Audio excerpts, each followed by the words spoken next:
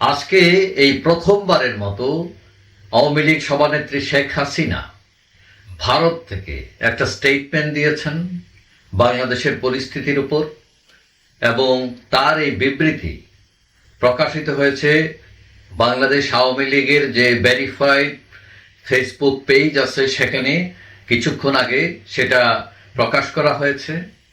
এখন তিনি কি বললেন তার এই বিবৃতিতে, এবং এটা প্রথম বিবৃতি, বিশেষ করে তিনি যখন ভারত চলে যাবার পর তিনি অফিসিয়ালি কোনো বিবৃতি দেননি, তো অন্যান্য নেতারা দিয়েছেন বিভিন্ন সময়, কিন্তু তিনি কি বলছেন তার বিবৃতিতে আমি একটু পড়ে শোনাই আপনাদেরকে। চট্টগ্রামে একজন আইনজীবীকে হত্যা করা হয়েছে, এই হত্যার তীব্র প্রতিবাদ জানাচ্ছি। এই হত্যাকাণ্ডের সঙ্গে যারা জড়িত তাদেরকে খুঁজে বের করে দ্রুত শাস্তি দিতে হবে। এই ঘটনার মধ্য দিয়ে চরমভাবে মানবাধিকার লঙ্ঘিত হয়েছে। একজন আইনজীবী তার পেশাগত দায়িত্ব পালন করতে গিয়েছিল, আর তাকে এভাবে যারা পিটিয়ে হত্যা করেছে তারা সন্ত্রাসী। তারা যেই হোক না কেন শাস্তি তাদের পেতেই হবে। অর্থাৎ শেখ হাসিনা তিনি এই হত্যাকাণ্ডের বিরুদ্ধে অবস্থান নিয়েছেন, তিনি তার শাস্তি দাবি করেছেন। তিনি আরো লিখেছেন, অসাংবিধানিকভাবে ক্ষমতা দখলকারী ইউনূস সরকার যদি এই সন্ত্রাসীদের শাস্তি দিতে ব্যর্থ হয় তাহলে মানবাধিকার লঙ্ঘনের দায়ে তাকেও শাস্তির মুখোমুখি হতে হবে। সরকারকেও তিনি এক ধরনের হুমকি দিলেন। দেশবাসীর প্রতি আমি আহ্বান জানাচ্ছি, এই ধরনের সন্ত্রাস ও জঙ্গিবাদের বিরুদ্ধে সবাই ঐক্যবদ্ধভাবে রুখে দাঁড়ান। সাধারণ মানুষের জানমালের নিরাপত্তা নিশ্চিত করা জরুরি।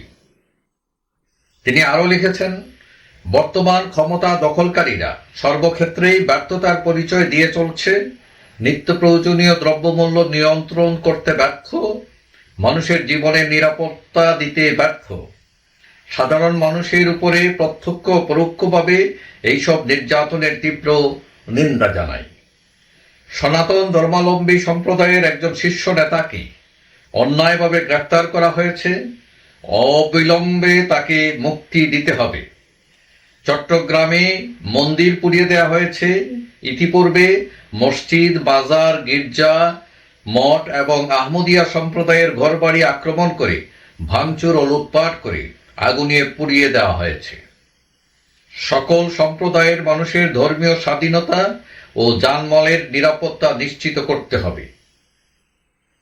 তারপর তিনি বলছেন যে আওয়ামী লীগের অগণিত নেতা কর্মী, ছাত্র জনতা ও আইন শৃঙ্খলা বাহিনীর সদস্যদের হত্যা করার পরে চলছে তাদের বিরুদ্ধে বিভিন্ন মামলা মোকদ্দমা।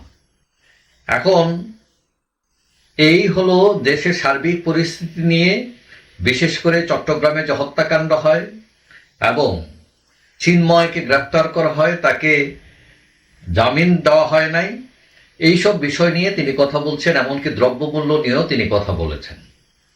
তো এখন বোঝা যাচ্ছে যে শেখ হাসিনা তিনি তার দলীয় কর্মকাণ্ডে অ্যাক্টিভ আছেন এখনো, এবং ভারতে বসে আমরা এর আগেও বিভিন্ন ফোনালাপ ফাঁস হয়েছে, সেগুলো তো দেখেছি। তিনি বিভিন্ন দিক নির্দেশনা দিচ্ছেন। অবশ্য তার বিরুদ্ধে মামলা, তাকে ফেরত চাওয়া, বিচারের মুখোমুখি করা, এইসব ব্যাপারে তিনি কোনো কথা বলেননি, হয়তো পরে বলতে পারেন।